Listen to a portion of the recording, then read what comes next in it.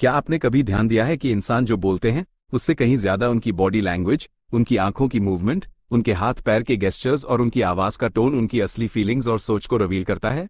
जिंदगी में हम अक्सर अपने आसपास के लोगों को समझने की कोशिश करते हैं, किसी दोस्त की खुशी, किसी कोवर्कर की चिंता या किसी नए इंसान के इरादे। लेकिन अक्सर हम सिर्फ उनके बोले हुए शब्दों पर भरोसा करते हैं और कई बार उस भरोसे में धोखा भी खा जाते हैं। क्योंकि इंसान हमेशा अपने वर्ड से पूरी सच्चाई नहीं बताते, लेकिन उनका शरीर झूठ नहीं बोलता। Read people like a book किताब इसी असली इंसानी भाषा को समझने की कला सिखाती है। ये किताब आपको ये दिखाती है कि कैसे आप दूसरों के चेहरे के माइक्रो एक्सप्रेशंस, उनकी बॉडी लैंग्वेज, उनकी आवाज के स्वर और उनके ओवरऑल बिहेवियर को पढ़कर उनकी असली भावनाओं को समझ सकते हैं। जब आप इस कला में एक्सपर्ट हो जाते हैं तो न केवल आप झूठ और सच में फर्क कर पाते हैं, बल्कि आप बेहतर कम्युनिकेटर बन जाते हैं और अपने पर्सनल और प्रोफेशनल लाइफ में गहरे और भरोसेमंद रिश्ते बना पाते हैं। ये किताब साइकोलॉजी, न्यूरोसाइंस और कम्युनिकेशन साइंस के प्रिंसिपल्स पर आधारित है, लेकिन इसे इस तरह लिखा गया है कि कोई भी आसानी से इसे पढ़कर सीख सके। यह आपको स्टेप बाय स्टेप गाइड करती है कि कैसे आप किसी व्यक्ति के छोटे छोटे बिहेवियरल क्यूज को पकड़ सकते हैं जो अक्सर हमें नजर नहीं आते। जब कोई व्यक्ति झूठ बोल रहा होता है या असहज महसूस कर रहा होता है तो उसका शरीर अनजाने में ही कई संकेत देता है, जैसे कि उसकी आंखें बार बार इधर उधर देखती हैं, या वो अपने हाथ बार बार छूता है, या उसके कंधे सिकुड़ जाते हैं। ये सारे अनकॉन्शियस सिग्नल्स होते हैं जो उसकी मनोदशा का खुलासा करते हैं। इस तरह के सटल क्यूज को पढ़ना और समझना इस किताब का सबसे बड़ा मकसद है। आंखों की भूमिका इस किताब में बहुत खास है। अक्सर कहा जाता है कि eyes are the windows to the soul, यानी आंखें इंसान की आत्मा का आईना होती हैं। जब कोई सच बोल रहा होता है, उसकी आंखें सीधे आपकी आंखों में टिकी होती हैं, उसकी पुतलियां स्थिर रहती हैं। लेकिन जब कोई झूठ बोल रहा होता है तो उसकी आंखें टल जाती हैं या बार बार इधर उधर देखने लगती हैं। इसके अलावा आंखों की प्यूपल का फैलना या सिकुड़ना भी इमोशंस के बारे में बहुत कुछ बताता है। जैसे खुशी में प्यूपल फैल जाते हैं, जबकि डर या गुस्से में सिकुड़ जाते हैं। ये जानकारी हमें यह समझने में मदद करती है कि सामने वाला व्यक्ति कैसा महसूस कर रहा है। इसके साथ ही इस किताब में वॉइस के महत्व पर भी जोर दिया गया है। वॉइस का टोन, स्पीड, पिच और वॉल्यूम हमारे इमोशंस को एक्सप्रेस करते हैं। जब कोई नर्वस या स्ट्रेस में होता है तो उसकी आवाज धीमी, टूटती फूटती या हकलाती हुई हो सकती है। वहीं जो व्यक्ति कॉन्फिडेंट और खुश होता है उसकी आवाज तेज, क्लियर और स्टेडी होती है। कभी कभी इंसान अपने शब्दों से कुछ और कहता है, लेकिन उसकी आवाज का स्वर और अंदाज उस बात के उलट हो सकता है। इसलिए वॉइस को ध्यान से सुनना भी बहुत जरूरी होता है। इस किताब में इमोशनल इंटेलिजेंस, भावनात्मक बुद्धिमत्ता की भी काफी चर्चा है। इमोशनल इंटेलिजेंस का मतलब है अपनी और दूसरों की भावनाओं को समझना, उन्हें पहचानना और उनका सही तरीके से जवाब देना। जब आप दूसरों की फीलिंग्स को समझ पाते हैं तो आप उनके साथ बेटर कम्युनिकेशन कर पाते हैं, जिससे रिश्ते मजबूत होते हैं और मिसअंडरस्टैंडिंग्स कम होती हैं। यही कारण है कि इस किताब में बताया गया है कि दूसरों को समझने की कला न सिर्फ आपकी पर्सनल लाइफ के लिए जरूरी है, बल्कि प्रोफेशनल लाइफ में भी यह आपकी सक्सेस की चाबी हो सकती है। किताब में कई प्रैक्टिकल टिप्स और टेक्निक्स भी दी गई हैं, जिन्हें आप रोजमर्रा की जिंदगी में आसानी से अप्लाई कर सकते हैं। जैसे किसी की बॉडी लैंग्वेज पढ़ना, उनकी बातों के पीछे छिपे हुए मतलब को समझना और उनकी इमोशंस के अनुसार अपनी बातचीत का तरीका बदलना। उदाहरण के तौर पर, अगर कोई व्यक्ति बार बार अपनी गर्दन छू रहा है तो यह असहजता का संकेत हो सकता है। अगर कोई अपने पैरों को बहुत तेजी से हिला रहा है तो वह नर्वस या इम्पेशेंट हो सकता है। ऐसे छोटे संकेत आपके लिए बहुत बड़ी मदद बन सकते हैं अगर आप दूसरों की सोच और फीलिंग्स समझना चाहते हैं। ये किताब ये भी समझाती है कि बॉडी लैंग्वेज में कुछ यूनिवर्सल सिग्नल्स होते हैं जो लगभग हर कल्चर और लैंग्वेज में एक जैसे होते हैं, जैसे मुस्कुराना, आंखें मलना या हाथ जोड़ना। इन यूनिवर्सल साइंस को पहचानना आपको एक ऐसा एडवांटेज देता है कि आप किसी भी इंसान की असली भावना को जल्दी से समझ सकते हैं, चाहे वो व्यक्ति आपकी अपनी भाषा या कल्चर का ना हो। किताब ये भी बताती है कि कैसे हम अपनी खुद की बॉडी लैंग्वेज और कम्युनिकेशन स्किल्स को सुधारकर दूसरों पर अच्छा इंप्रेशन छोड़ सकते हैं। क्योंकि कम्युनिकेशन सिर्फ वर्ड्स का खेल नहीं है, बल्कि यह हमारा पूरा व्यवहार और एटीट्यूड होता है जो सामने वाले को प्रभावित करता है। जब आप अपनी बॉडी लैंग्वेज और वॉइस पर कंट्रोल रखते हैं तो आपकी बातों का असर और भी गहरा होता है। इस किताब को पढ़ने के बाद आप न केवल दूसरों की फीलिंग्स को बेहतर तरीके से समझ पाएंगे, बल्कि आप अपनी इंट्यूशन यानी आंतरिक समझ को भी मजबूत करेंगे। ये किताब आपको सेल्फ अवेयरनेस भी बढ़ाने में मदद करती है, जिससे आप अपने इमोशंस और रिएक्शंस को समझकर उन्हें बेहतर तरीके से मैनेज कर सकते हैं। Read people like a book केवल एक किताब नहीं है, बल्कि एक प्रैक्टिकल गाइड है जो आपको इंसानी मनोविज्ञान की गहराइयों तक ले जाती है। इससे आप जीवन के हर क्षेत्र में बेहतर निर्णय ले पाएंगे, चाहे वह आपका पर्सनल रिलेशनशिप हो, वर्क प्लेस हो या सोशल सर्कल। आप दूसरों को समझकर बेहतर कनेक्शंस बना पाएंगे और अपनी जिंदगी को ज्यादा मीनिंगफुल और सफल बना पाएंगे। अंत में ये किताब ये भी समझाती है कि इंसान एक कॉम्प्लेक्स क्रिएचर है और हर व्यक्ति की पर्सनैलिटी और बिहेवियर अलग होता है। इसलिए किसी को पढ़ने के लिए ध्यान से ऑब्जर्व करना, पेशेंस रखना और लगातार प्रैक्टिस करना बहुत जरूरी है। इस कला को सीखकर आप न केवल दूसरों को बेहतर समझ पाएंगे बल्कि खुद को भी बेहतर जान पाएंगे। Chapter 1, observation is your super power. इस चैप्टर का मुख्य विचार यह है कि अवलोकन यानी किसी भी स्थिति या इंसान को ध्यान से देखना और समझना आपकी सबसे बड़ी ताकत बन सकती है। अक्सर हम सोचते हैं कि हम अच्छे कम्युनिकेटर हैं क्योंकि हम अच्छी तरह से बोल सकते हैं, लेकिन सच यह है कि जो लोग सबसे ज्यादा सफल होते हैं वे सबसे अच्छे ऑब्जर्वर होते हैं। अगर आप किसी भी इंसान की छोटी छोटी बॉडी लैंग्वेज, उनकी बातों के टोन, उनके एक्सप्रेशंस और एक्शंस को ध्यान से देखना सीख जाते हैं तो आप उनसे जुड़ी बहुत सी छिपी बातें जान सकते हैं जो वे खुद वबली नहीं बताते। ऑब्जर्वेशन सिर्फ देखने का नाम नहीं है, यह एक ऐसी स्किल है जो आपको दूसरों के इमोशंस, इंटेंशंस और मोटिव्स को समझने में मदद करती है। कई बार लोग अपनी बातों में धोखा देते हैं या अपनी फीलिंग्स छुपाते हैं, लेकिन उनकी बॉडी लैंग्वेज, आंखों की मूवमेंट्स, हाथ पैर के जेस्चर्स और उनके शब्दों की पिच या स्पीड कभी झूठ नहीं बोलती। अगर आप इस स्किल को सीख लें तो आप लोगों को एक किताब की तरह पढ़ सकते हैं। यही किताब का पहला चैप्टर आपको सिखाता है कि ऑब्जर्वेशन आपकी सबसे बड़ी सुपरपावर हो सकती है। इस चैप्टर में सबसे पहले बताया गया है कि ऑब्जर्वेशन का मतलब है सिर्फ सरफेस लेवल पर चीजों को देखना नहीं, बल्कि हर छोटी डिटेल पर ध्यान देना। जैसे कोई व्यक्ति आपकी बातचीत के दौरान अपनी आंखें बार बार नीचे देख रहा है या बार बार अपनी उंगलियां हिला रहा है, ये छोटी छोटी चीजें उसकी असहजता या नर्वसनेस को दर्शाती हैं। इन्हें समझना और नोटिस करना ही ऑब्जर्वेशन है। ऐसा नहीं कि आप हर बात पर ध्यान दें और डिस्ट्रैक्टेड हो जाएं, बल्कि आपको फोकस्ड और इंटेंशनल ऑब्जर्वर बनना होता है। किताब में बताया गया है कि अच्छी ऑब्जर्वेशन के लिए सबसे जरूरी है माइंडफुलनेस, यानी पूरी तरह से प्रेजेंट रहना। जब आप किसी इंसान से बात कर रहे होते हैं तो आपका ध्यान सिर्फ अपने जवाब देने पर नहीं होना चाहिए, बल्कि सामने वाले के हर छोटे छोटे संकेतों पर होना चाहिए। उनकी आंखों की चमक, उनके चेहरे के माइक्रो एक्सप्रेशंस, उनके हाव भाव, उनकी आवाज का स्वर, इन सब पर ध्यान देने से आप उनकी असली सोच समझ सकते हैं। ऑब्जर्वेशन की एक खास बात यह है कि यह न केवल आपको दूसरों को समझने में मदद करती है, बल्कि यह आपकी खुद की सेल्फ अवेयरनेस भी बढ़ाती है। जब आप अपने आसपास की छोटी छोटी चीजों को ऑब्जर्व करना शुरू करते हैं तो आप अपनी फीलिंग्स, रिएक्शंस और बिहेवियर को भी बेहतर समझ पाते हैं। इससे आपकी इमोशनल इंटेलिजेंस यानी भावनात्मक बुद्धिमत्ता बढ़ती है, जो रिश्तों को मजबूत बनाने में बहुत मददगार होती है। चैप्टर में एक इंपॉर्टेंट पॉइंट यह भी है कि ऑब्जर्वेशन में पेशेंस बहुत जरूरी है। कई बार हम जल्दी में जजमेंट्स कर लेते हैं बिना पूरी बात समझे, लेकिन ऑब्जर्वेशन के लिए आपको धीरे धीरे और लगातार ध्यान से देखना होता है। जैसे एक डिटेक्टिव अपनी केस की हर छोटी छोटी क्लू को नोटिस करता है, वैसे ही आपको भी हर इंसान की छोटी छोटी बातों को ऑब्जर्व करना होता है। किताब यह भी बताती है कि ऑब्जर्वेशन से आप अपनी इंट्यूशन यानी आंतरिक समझ को भी मजबूत कर सकते हैं। जब आप लगातार ध्यान से लोगों को देखते हैं तो आप उनके व्यवहार के पैटर्न्स को पहचानने लगते हैं। यह आपकी गट फीलिंग को इतना शार्प कर देता है कि आप किसी की सोच या इरादे का पता आसानी से लगा सकते हैं। ऑब्जर्वेशन आपकी कम्युनिकेशन स्किल्स को भी एनहांस करता है।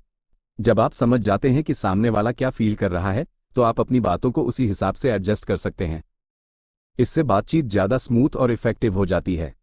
आप बेहतर लिसनर बनते हैं क्योंकि ऑब्जर्वर वही हो सकता है जो अच्छी तरह से सुनता और देखता है।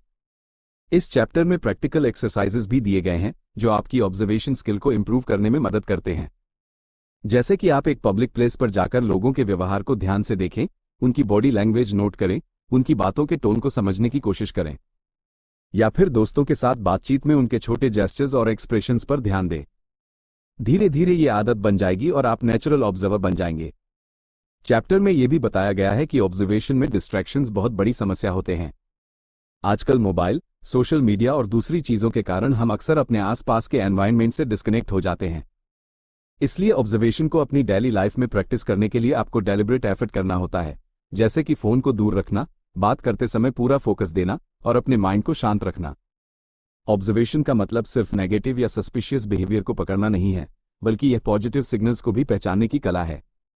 जब आप लोगों की खुशी, एक्साइटमेंट या कॉन्फिडेंस को पहचानते हैं तो आप उनकी तारीफ कर सकते हैं या उन्हें मोटिवेट कर सकते हैं। इससे आपके रिश्ते और बेहतर बनते हैं। किताब में एक इंपॉर्टेंट कॉन्सेप्ट है एक्टिव ऑब्जर्वेशन और पैसिव ऑब्जर्वेशन का फर्क। पैसिव ऑब्जर्वेशन मतलब बिना इंटेंशन के बस नजर दौड़ाना, जबकि एक्टिव ऑब्जर्वेशन मतलब इरादे से और पूरी अवेयरनेस के साथ देखना। एक्टिव ऑब्जर्वर वही होता है जो हर छोटे संकेत को समझता है और उनका मीनिंग निकालता है। इस स्किल को सीखने के बाद आप बेहतर इंसान बनते हैं जो अपने आसपास के एनवायरनमेंट और लोगों की भावनाओं को समझता है। ऑब्जर्वेशन को इंप्रूव करने के लिए सेल्फ रिफ्लेक्शन यानी खुद की ऑब्जर्वेशन पर एनालिसिस करना भी जरूरी है। आपको सोचने की जरूरत है कि आपने क्या देखा, क्या समझा और आपने क्या सही पकड़ा या गलत समझा। इससे आप अपनी स्किल को और रिफाइन कर सकते हैं। इस चैप्टर का सबसे बड़ा मैसेज यही है कि ऑब्जर्वेशन कोई मैजिक नहीं है, बल्कि एक सीखी हुई स्किल है जिसे हर कोई डेवलप कर सकता है। बस आपको इंटेंशनल होना होगा, पेशेंस रखना होगा और लगातार प्रैक्टिस करनी होगी। जितना ज्यादा आप ऑब्जर्व करेंगे, उतना ज्यादा आप दूसरों को समझ पाएंगे और अपनी लाइफ में बेटर डिसीजंस ले पाएंगे। Chapter 2, body language speaks louder than words. इस चैप्टर का सबसे महत्वपूर्ण मैसेज यही है कि इंसान के बोलने से ज्यादा उसकी बॉडी लैंग्वेज उसकी फीलिंग्स और थॉट्स को बयान करती है। अक्सर हम केवल शब्दों पर ध्यान देते हैं, लेकिन असली सच तो उसकी बॉडी के जेस्चर्स, फेशियल एक्सप्रेशंस, पोस्चर और मूवमेंट्स में छुपा होता है। इसलिए कहा जाता है कि body language speaks louder than words, यानी शरीर की भाषा शब्दों से ज्यादा बोलती है। ये चैप्टर आपको सिखाता है कि कैसे आप दूसरों की बॉडी लैंग्वेज को पढ़कर उनकी असली सोच, इमोशंस और इंटेंशंस को समझ सकते हैं। जब कोई इंसान बोलता है तो उसके शब्द एक बात कहते हैं, लेकिन उसकी बॉडी लैंग्वेज दूसरी। उदाहरण के तौर पर, अगर कोई कह रहा है मैं ठीक हूं, लेकिन उसकी आंखें झुकी हुई हैं, कंधे नीचे हैं और वह बार बार अपने हाथों को हिला रहा है, तो साफ पता चलता है कि वह सच में ठीक नहीं है। इस तरह की बॉडी लैंग्वेज हमारे अनकॉन्शियस माइंड से निकलती है और यह अक्सर सच को रिवील करती है। इस चैप्टर में बताया गया है कि बॉडी लैंग्वेज का मतलब सिर्फ हाथ पैर हिलाना या चेहरे के भाव दिखाना नहीं है, बल्कि यह एक कॉम्प्लेक्स सिस्टम है जिसमें कई एलिमेंट्स होते हैं, जैसे facial expressions, eye contact, posture, gestures, proximity यानी डिस्टेंस, टच और इवन ब्रीदिंग पैटर्न्स। हर एक एलिमेंट इंसान के इमोशनल स्टेट और मेंटल कंडीशन के बारे में कुछ न कुछ बताता है। बॉडी लैंग्वेज के मुख्य तत्व। फेशियल एक्सप्रेशंस, चेहरे के भाव इस चैप्टर में सबसे ज्यादा इंपॉर्टेंस रखते हैं। चेहरे के मसल्स इतने सेंसिटिव होते हैं कि इमोशंस को एक्सप्रेस करने में वे झूठ नहीं बोल सकते। किताब में बताया गया है कि 6 बेसिक इमोशंस हैं जिन्हें दुनिया के लगभग हर कल्चर में समझा जाता है: खुशी, गुस्सा, डर, दुख, आश्चर्य और घृणा। जब कोई व्यक्ति इन इमोशंस को महसूस करता है तो उसके चेहरे पर ये साफ दिख जाते हैं, चाहे वह कितना भी कोशिश कर ले उन्हें छुपाने की। आई कॉन्टैक्ट, आंखों से संपर्क इस चैप्टर में एक बहुत इंपॉर्टेंट टॉपिक है। आंखें इंसान की फीलिंग्स का आईना होती हैं।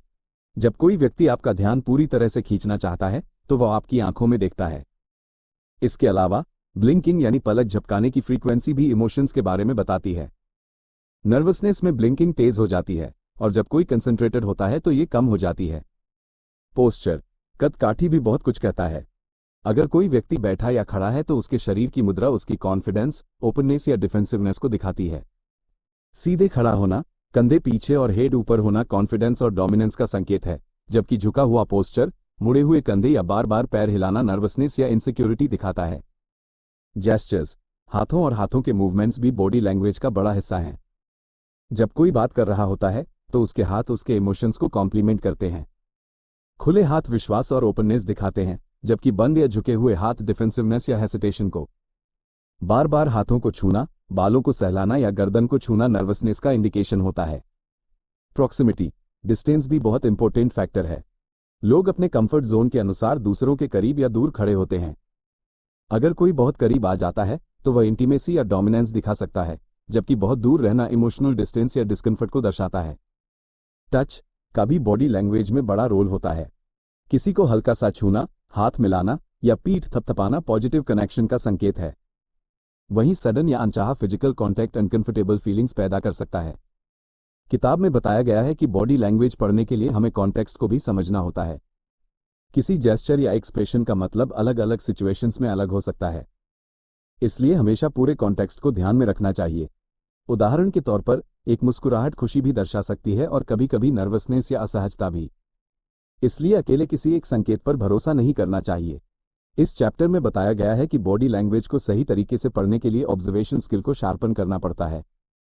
आपको हर इंसान के यूनिक बिहेवियरल पैटर्न को समझना होगा, क्योंकि हर व्यक्ति अपनी बॉडी लैंग्वेज में थोड़े बहुत बदलाव कर सकता है। इसलिए बेहतर होगा कि आप उस व्यक्ति के यूजुअल व्यवहार को पहले ऑब्जर्व करें, फिर बदलावों पर ध्यान दें।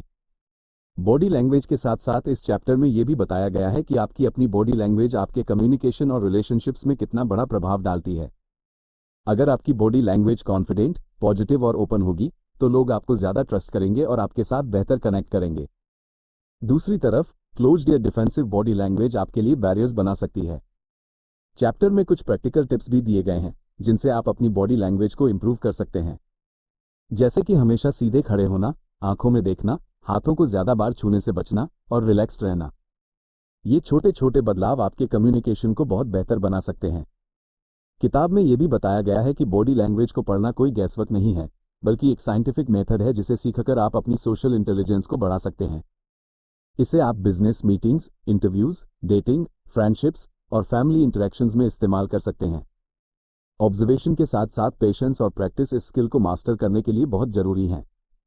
शुरू में हो सकता है कि आपको छोटे सिग्नल समझने में मुश्किल हो, लेकिन जितना आप प्रैक्टिस करेंगे उतना आपका इंट्यूशन तेज होगा और आप लोगों की असली भावनाओं को आसानी से पढ़ पाएंगे।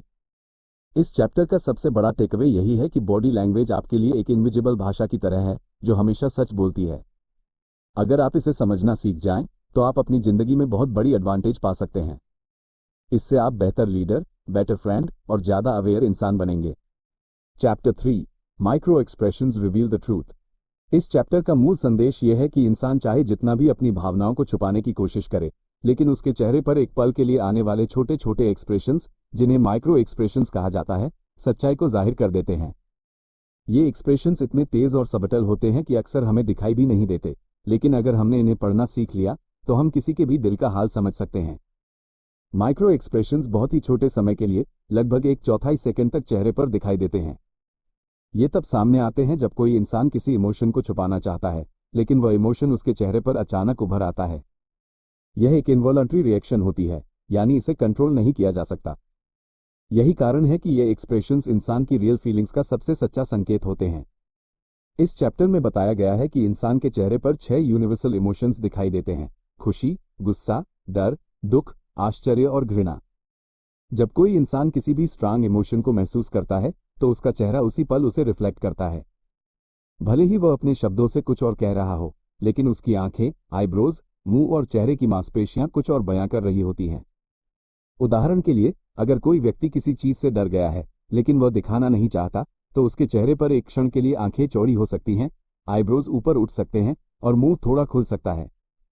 ये साइंस बहुत तेजी से आते हैं और चले जाते हैं, लेकिन ट्रेंड आइज इन्हें पकड़ सकती हैं। माइक्रो एक्सप्रेशंस को पहचानना कोई आसान काम नहीं है।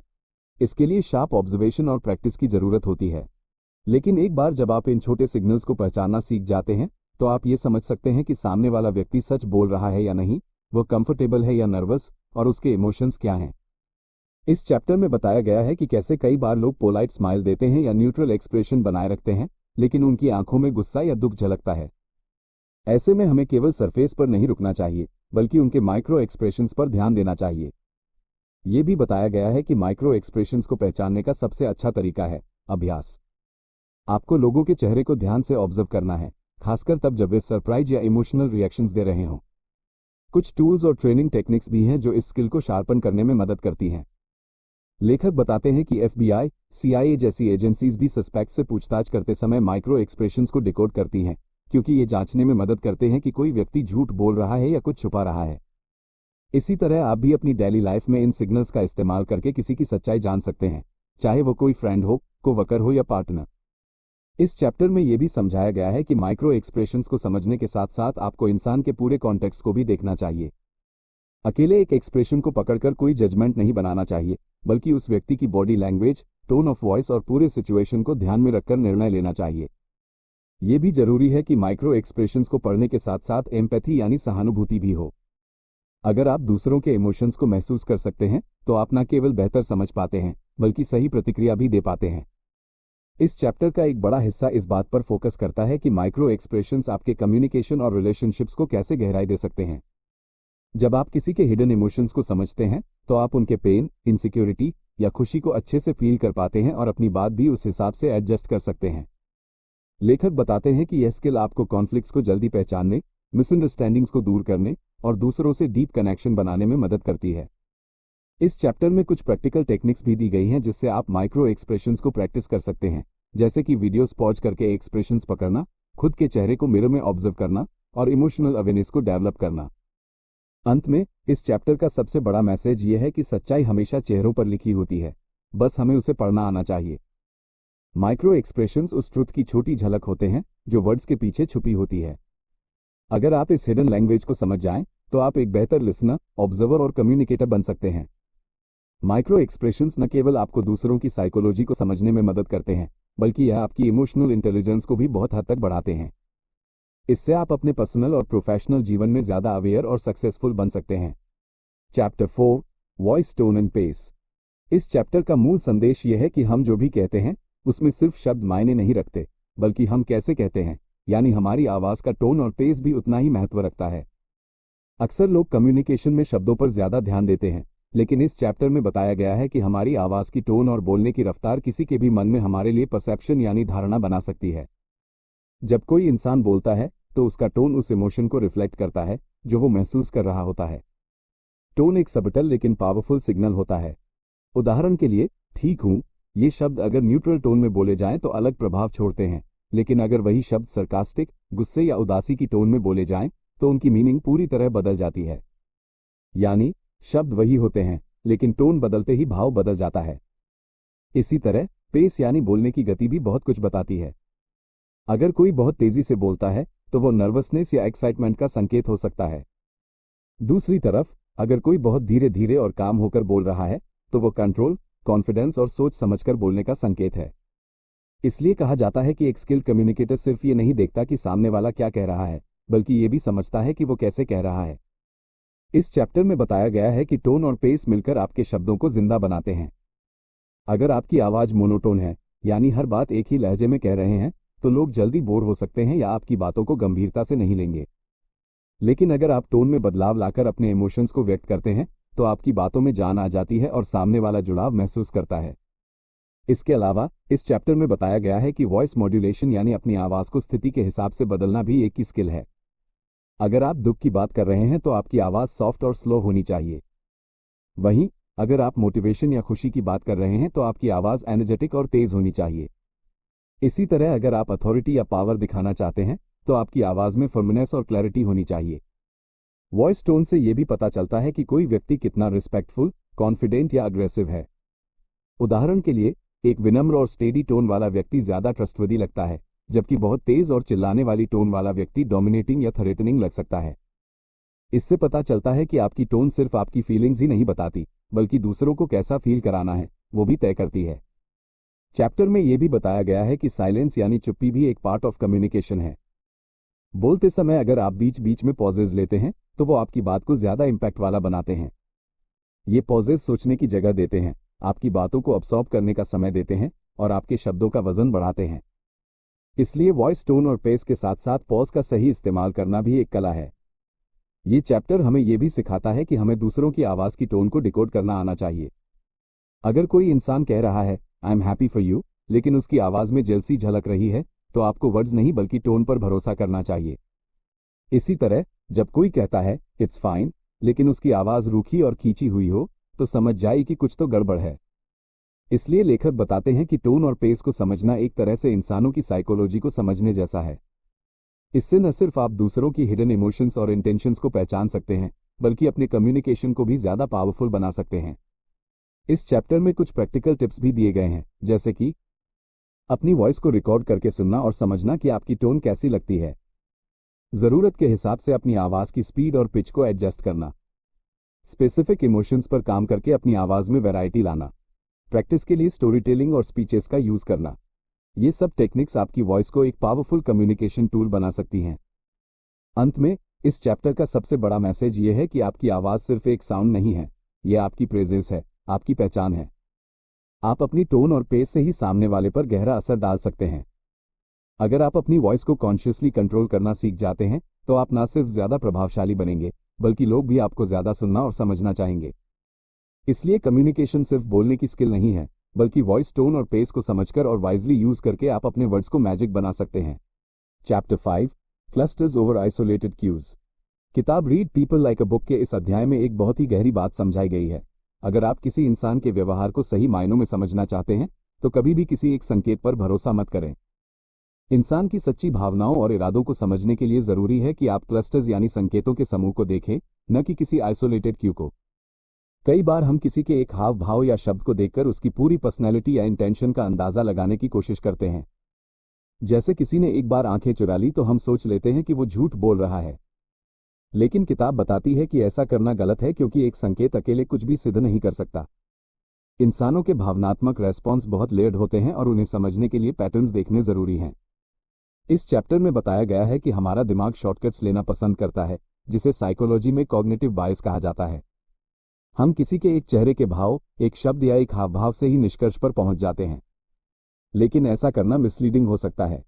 इसलिए लेखक जोर देकर कहते हैं कि आइसोलेटेड क्यू पर नहीं, बल्कि पूरे क्लस्टर पर ध्यान दो, यानी body language, tone of voice, facial expressions, gestures, posture और कॉन्टेक्स्ट, इन सबको मिलाकर किसी के बिहेवियर को डिकोड करो।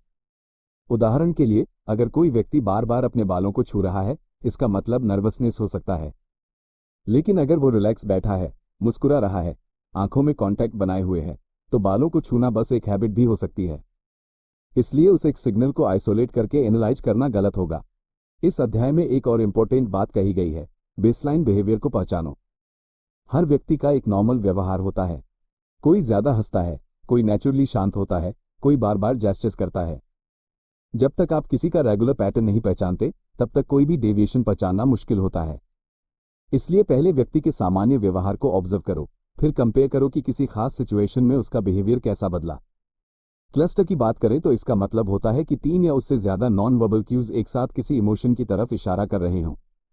जैसे, अगर कोई इंसान आपको देखकर मुस्कुरा रहा है, उसकी आंखें भी खुशी दिखा रही हैं और उसकी बॉडी पोस्चर ओपन है, तो ये 3 सिग्नल्स मिलकर बताते हैं कि वो जेन्युइनली खुश है। लेकिन अगर मुस्कुराहट है पर आंखें दुखी हैं और पोस्चर झुका हुआ है, तो शक होना लाजमी है। क्लस्टर को पहचानने के लिए पेशेंस और ऑब्जर्वेशन की स्किल जरूरी होती है। किताब में बताया गया है कि एक्सपर्ट इंटरोगेटर्स, डिटेक्टिव्स और थेरेपिस्ट इसी प्रिंसिपल को फॉलो करते हैं।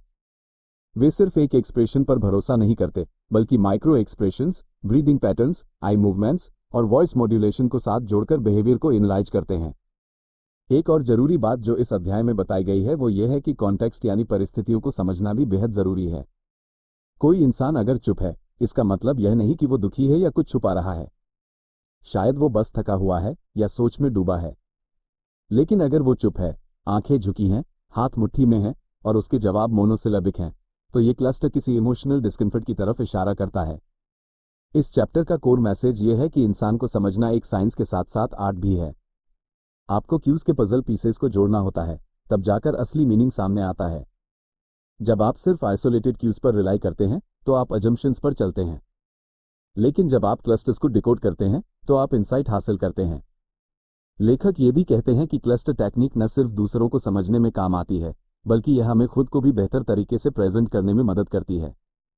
अगर आप चाहते हैं कि लोग आपको कॉन्फिडेंट समझें, तो सिर्फ एक कॉन्फिडेंट लाइन बोलना काफी नहीं। आपको आपकी body language, tone, eye contact और पोस्चर को साथ लाना होगा, ताकि एक पॉजिटिव क्लस्टर बने जो आपकी पर्सनैलिटी को सपोर्ट करे। इसलिए अगली बार जब आप किसी से मिलें या किसी के व्यवहार को एनालाइज करें, तो अपने दिमाग को ट्रेन करें कि वह सिग्नल्स को आइसोलेटेड न देखे, बल्कि एक साथ मिलाकर समझे। ये हैबिट धीरे धीरे आपकी ऑब्जर्वेशन पावर को शार्प करेगी और आपको एक इंट्यूटिव कम्युनिकेटर बना देगी। अंत में यही कहा जा सकता है कि क्लस्टर्स ओवर आइसोलेटेड क्यूज न सिर्फ एक कम्युनिकेशन स्ट्रेटजी है, बल्कि एक सोचने का नया तरीका भी है। यह आपको सुपरफिशियल जजमेंट से निकालकर डीपर अंडरस्टैंडिंग की ओर ले जाता है। यही स्किल आपको न केवल बेहतर इंसान बनाती है, बल्कि आपको हर तरह के रिश्तों में क्लैरिटी और कनेक्शन देती है। Chapter 6, the baseline principle. किताब read people like a book के इस अध्याय में एक बहुत ही फंडामेंटल और पावरफुल कॉन्सेप्ट के बारे में बताया गया है, द बेसलाइन प्रिंसिपल। इसका सीधा सा मतलब है कि किसी इंसान को सही तरीके से समझने से पहले आपको उसके सामान्य व्यवहार यानी बेसलाइन को पहचानना और समझना जरूरी है। जब आप किसी व्यक्ति का बेसलाइन समझ लेते हैं, तभी आप ये पहचान सकते हैं कि वह किसी खास सिचुएशन में कुछ छुपा रहा है, झूठ बोल रहा है, परेशान है या असहज महसूस कर रहा है। बेसलाइन का अर्थ होता है जब कोई व्यक्ति न्यूट्रल, रिलैक्स्ड और कंफर्टेबल होता है, तो वह कैसा व्यवहार करता है, उसकी आवाज का लहजा कैसा होता है, वह कैसे बैठता है, बोलते समय उसके हाव भाव कैसे होते हैं, उसकी आंखों का कांटेक्ट कैसा होता है। ये सभी चीजें उस इंसान का बेसलाइन तय करती हैं। ये हर व्यक्ति के लिए अलग होती है। मान लीजिए कोई व्यक्ति हमेशा धीरे धीरे बात करता है, कम बोलता है और शांत मुद्रा में बैठा रहता है। यही उसका बेसलाइन है। अब अगर वही व्यक्ति किसी खास सवाल पर अचानक तेज बोलने लगे, आंखें चुराने लगे या बेचैन हो जाए, तो आप साफ देख सकते हैं कि कुछ बदला है। और ये बदलाव ही वो संकेत होता है जो उसके अंदर चल रही असली सोच या भावना को जाहिर करता है। इस चैप्टर में लेखक बताते हैं कि बेसलाइन को ऑब्जर्व करने के लिए पेशेंस और ध्यान की जरूरत होती है। आपको व्यक्ति के साथ कुछ समय बिताना होता है, उसे इनफॉर्मल सेटिंग्स में देखना होता है, ताकि आप जान सकें कि वो प्रेशर फ्री एनवायरनमेंट में कैसे बिहेव करता है। इसके बिना अगर आप अचानक किसी के एक रिएक्शन पर जजमेंट बना लें, तो बहुत बड़ी मिसअंडरस्टैंडिंग हो सकती है। एक एग्जाम्पल से समझें। अगर कोई इंसान स्वभाव से ही आंखों में कम कांटेक्ट करता है, तो इसका यह मतलब नहीं कि वो झूठ बोल रहा है। लेकिन अगर वह व्यक्ति सामान्यतः आंखों में सीधा देखता है और किसी खास सवाल पर नजरें चुराने लगे, तो यह एक रेड फ्लैग हो सकता है। इस बदलाव को पहचानने के लिए आपको बेसलाइन का पता होना चाहिए। ये प्रिंसिपल खास तौर पर इंटरोगेशंस, इंटरव्यूज, काउंसलिंग और इवन पर्सनल रिलेशनशिप्स में बहुत काम आता है। जब आप किसी के बेसलाइन को जानते हैं, तो आप माइन्यूट चेंजेस पकड़ सकते हैं, जैसे वॉइस की पिच का बदलना, जेस्चर्स में हिचकिचाहट आना या ब्रीदिंग पैटर्न का तेज हो जाना। ये सबटल क्लूज व्यक्ति के इमोशनल शिफ्ट्स को रिवील करते हैं। किताब ये भी बताती है कि हर इंसान का बेसलाइन अलग होता है, क्योंकि हर किसी की पर्सनैलिटी अलग होती है।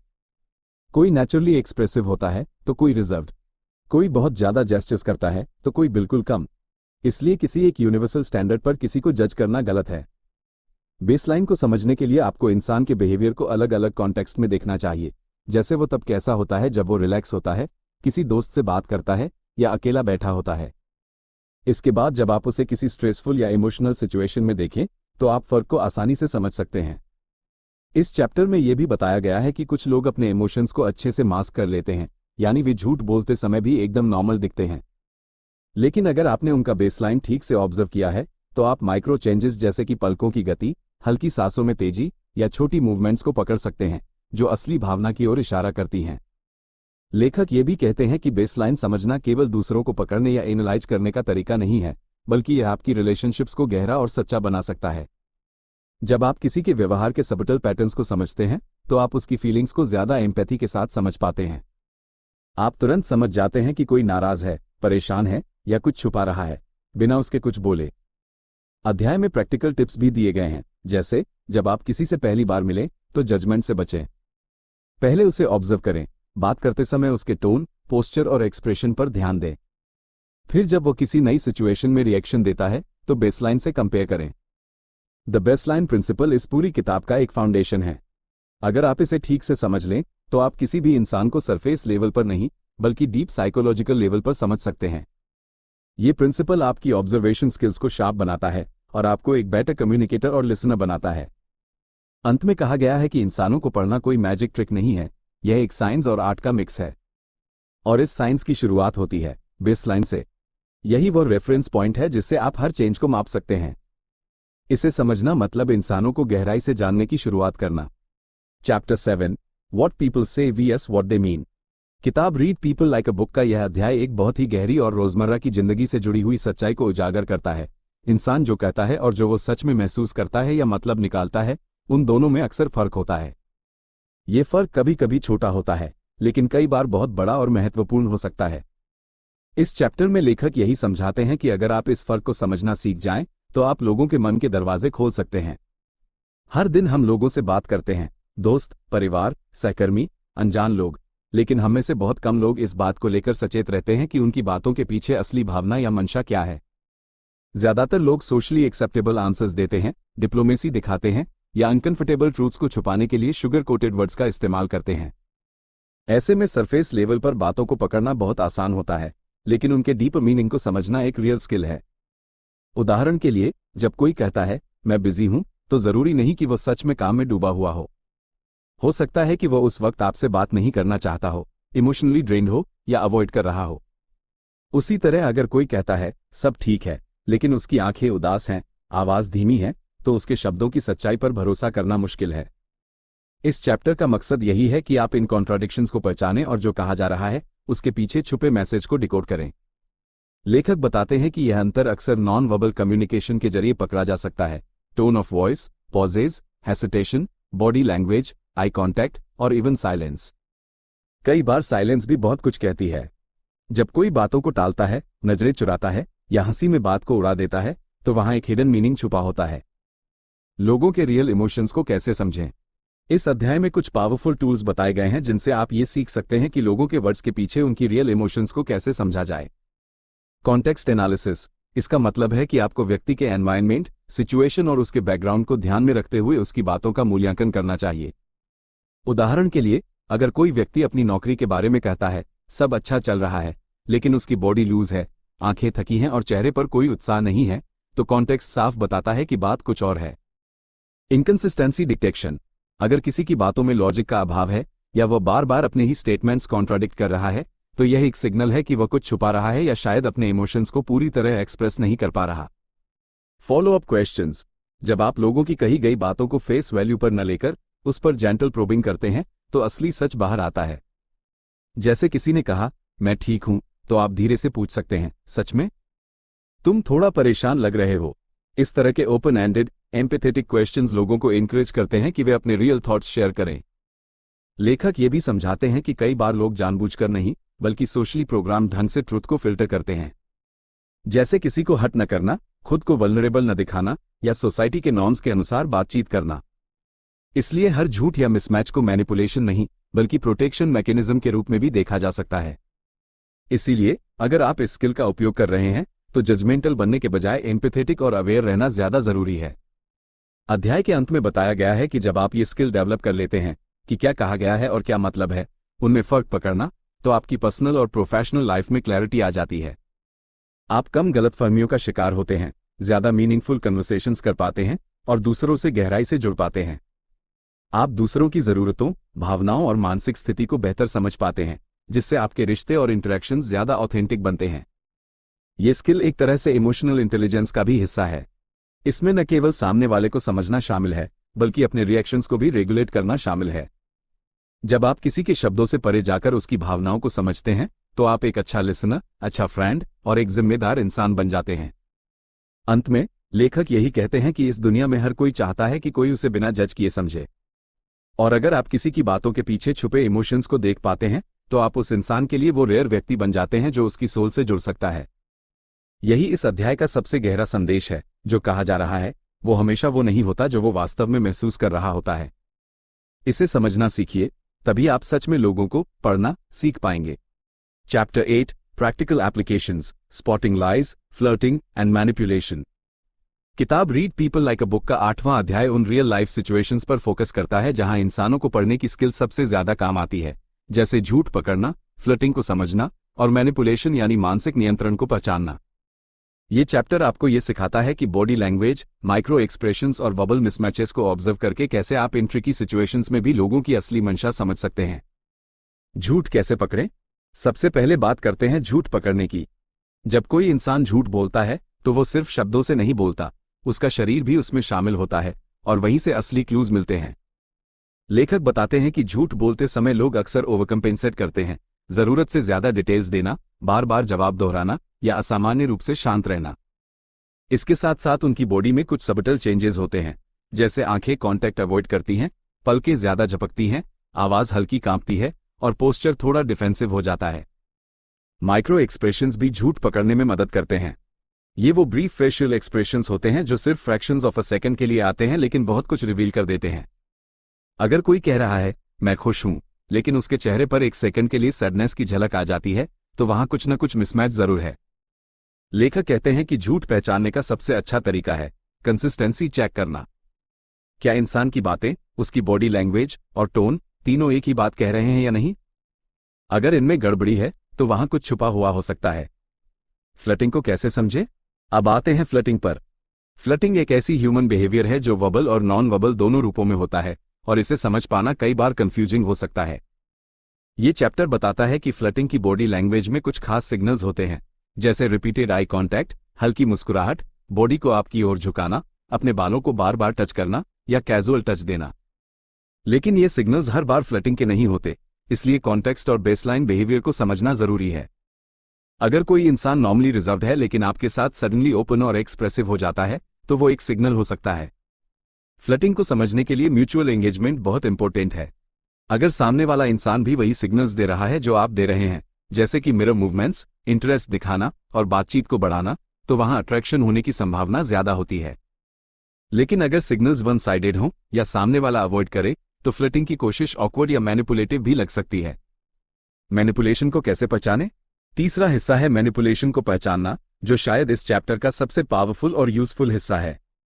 मैनिपुलेटिव लोग अक्सर अपनी बातों को ऐसे ढंग से पेश करते हैं जिससे सामने वाला गिल्ट फील करे, प्रेशर में आए या बिना सवाल किए उनकी बात मान ले। ये लोग चार्म का इस्तेमाल करते हैं, ओवरली फ्लैटरिंग होते हैं या फिर सबटल थ्रेट्स और गैसलाइटिंग का सहारा लेते हैं। मैनिपुलेशन को पकड़ने के लिए आपको अलर्ट रहना पड़ता है। क्या सामने वाला बार बार आपकी बाउंड्रीज पुश कर रहा है? क्या आप उसकी बातों के बाद कंफ्यूज्ड, गिल्टी या पावरलेस महसूस करते हैं? अगर हां, तो शायद वो इंसान मैनिपुलेट कर रहा है। इस स्थिति में वर्बल मिसमैचेस, फोर्स्ड स्माइल या फेक एंथुसिज्म को ऑब्जर्व करना बहुत मददगार हो सकता है। लेखक बताते हैं कि अगर आप इन पैटर्न्स को समझ जाते हैं तो आप न सिर्फ दूसरों के इरादों को जल्दी पहचान सकते हैं बल्कि खुद को इमोशनली प्रोटेक्ट भी कर सकते हैं। चाहे बात किसी टॉक्सिक रिलेशनशिप की हो, वर्कप्लेस पॉलिटिक्स की या किसी सेल्स पिच की, ये स्किल आपकी अवेयरनेस को बहुत बढ़ा देती है। इस पूरे चैप्टर का मुख्य उद्देश्य यही है कि आप अपनी ऑब्जर्वेशन पावर को इतना शार्पन करें कि आप सिर्फ फेस वैल्यू पर न जाएं। किसी की body language, micro expressions, tone, pace और वर्ड चॉइसेस को ऑब्जर्व करके आप ये तय कर सकें कि सामने वाला सच बोल रहा है, फ्लर्टिंग कर रहा है या आपको कंट्रोल करने की कोशिश कर रहा है। चैप्टर का आखिरी हिस्सा आपको ये कॉन्फिडेंस देता है कि यह स्किल कोई मैजिक नहीं बल्कि प्रैक्टिस और पैशंस से सीखी जा सकती है। धीरे धीरे आप इतने सेंसिटिव और अलर्ट हो जाएंगे कि किसी भी इंटरेक्शन में हिडन ट्रुथ को पहचान पाएंगे।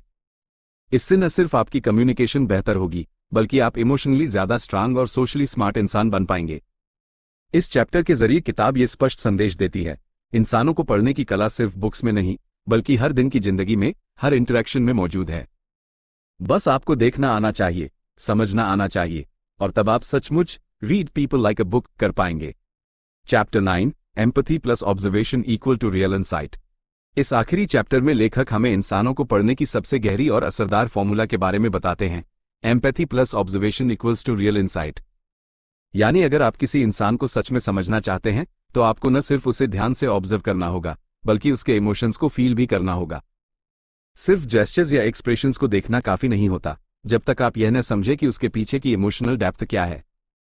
एम्पैथी यानी सहानुभूति वो एबिलिटी है जिससे आप किसी के पेन, खुशी या कंफ्यूजन को महसूस कर सकते हैं जैसे वो आपकी अपनी फीलिंग्स हों। जब आप ऑब्जर्वेशन को एम्पैथी के साथ जोड़ते हैं तो आपकी परसेप्शन सुपरफिशियल लेवल से उठकर एक रियल, डीप अंडरस्टैंडिंग तक पहुंच जाती है। तब आप इंसान की सिर्फ बॉडी लैंग्वेज नहीं, उसकी सोल की लैंग्वेज पढ़ने लगते हैं। इस चैप्टर में बताया गया है कि कैसे एम्पैथी आपके अंदर कंपैशन और सेंसिटिविटी लाती है। जब आप किसी को जज किए बिना ऑब्जर्व करते हैं तो आप उनकी स्ट्रगल्स, इनसिक्योरिटीज और नीड्स को महसूस करने लगते हैं। और यही वो मोमेंट होता है जहां से रियल ह्यूमन कनेक्शन शुरू होता है। ऑब्जर्वेशन के बिना एम्पैथी अधूरी है और एम्पैथी के बिना ऑब्जर्वेशन मैकेनिकल बन जाती है। दोनों का संतुलन इंसान को न केवल समझने में मदद करता है बल्कि आपके रिलेशनशिप्स, कन्वर्सेशंस और सोशल प्रेजेंस को भी एक अलग ही लेवल पर ले जाता है। लेखक एग्जाम्पल्स के जरिए बताते हैं कि कैसे कुछ लोग बाहर से कॉन्फिडेंट दिखते हैं लेकिन अंदर से बहुत अकेले या इनसिक्योर होते हैं। अगर आप केवल उनके कॉन्फिडेंट जेस्चर्स पर फोकस करें तो आप मिसजज कर सकते हैं। लेकिन अगर आप सबटल साइंस देखें, जैसे माइक्रो एक्सप्रेशन में उदासी, आंखों में खालीपन या आवाज में हल्का ट्रैम्बल, तो आपको असली ट्रुथ समझ में आता है। ये चैप्टर आपको ये भी सिखाता है कि कैसे आप दूसरों की मदद कर सकते हैं, सिर्फ इसलिए नहीं कि आपको उनके जेस्चर्स समझ आ गए बल्कि इसलिए कि आपने उन्हें इमोशनल लेवल पर कनेक्ट करके फील किया। यही इंसाइट आपको एक अच्छा लिसनर, अच्छा दोस्त और ओवरऑल एक बेहतर इंसान बनाता है। एम्पैथी का मतलब होता है मोमेंटरी खुद को भूल जाना और सामने वाले के एक्सपीरियंस में डूब जाना। और जब आप उस समझ को ऑब्जर्वेशन के स्किल्स के साथ ब्लेंड करते हैं तो आप सिचुएशंस को क्लैरिटी और कंपैशन के साथ देख पाते हैं। चैप्टर के अंत में यह समझाया गया है कि यह कोई शॉर्ट टर्म ट्रिक नहीं है। एम्पैथी प्लस ऑब्जर्वेशन की ताकत प्रैक्टिस, पेशेंस और अवेयरनेस से आती है। ये लाइफ लॉन्ग स्किल है जो समय के साथ आपको इमोशनली इंटेलिजेंट और सोशली अवेयर बनाती है। इस किताब की जर्नी यही खत्म होती है, लेकिन आपकी जर्नी अब शुरू होती है, एक ऐसे इंसान के रूप में जो आप दूसरों को उनके वर्ड से नहीं बल्कि उनके साइलेंस, एक्सप्रेशंस और भावनाओं से पढ़ सकता है। अब आपके पास वो ताकत है जिससे आप लोगों को जज नहीं बल्कि जेन्युइनली समझ सकते हैं। अगर आपको ये समरी पसंद आए हो और आप ऐसे ही और पावरफुल किताबों की गहराई तक जाना चाहते हैं तो लाइक करें, सब्सक्राइब करें और बेल आइकॉन दबाना न भूलें ताकि अगली वीडियो आपसे मिस न हो।